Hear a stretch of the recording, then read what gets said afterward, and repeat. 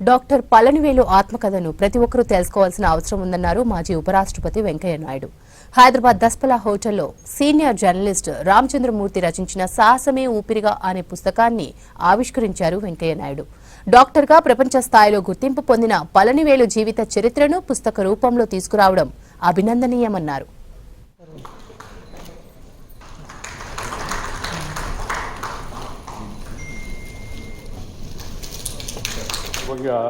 వారి స్మృతికి నేను నివాళులు అర్పిస్తూ ఉన్నాను.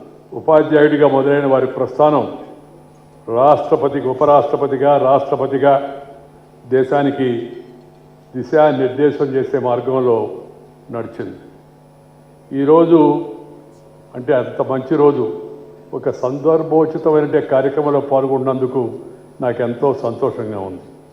ఎందుకంటే ఈ లాప్రోస్కోపిక్ శస్త్రచికిత్స రంగంలో ఎన్నో విప్లవాత్మక మార్పులకు ఆద్యులైన ప్రొఫెసర్ డాక్టర్ పళనివేలు గారి జీవిత చరిత్ర అయిన సాహసమే ఊపిరిగా, దాని పతాక శీర్షిక కూడా చూడండి, ఇంగ్లీష్లో ఏమో గట్స్ అని పెట్టారు, తెలుగులో సాహసమే ఊపిరిగా ఈ పుస్తక ఆవిష్కరణ కార్యక్రమంలో పాల్గొనడం నాకు చాలా సంతోషంగా ఉందని మీ అందరికీ మనవి చేస్తున్నాను.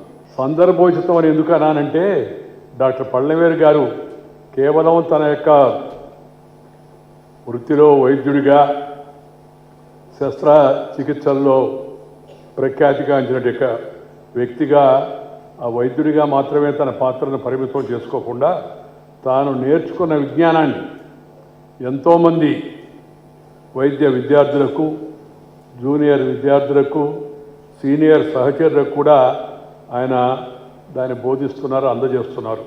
So this book is mainly about my life, and everybody looks at me professionally, and I had a lot of struggles from my childhood and to this level. Lot of challenges as faced, and since I come across the challenges, and Dr. Kalam, when President of India in 2006 during my first national award, that's B.C. Roy National Award, time he came to know that my life is very lot of struggles. Then that time he asked me to write this biography to inspire the youngsters, and they can do well. It is not only for medical, it is for entire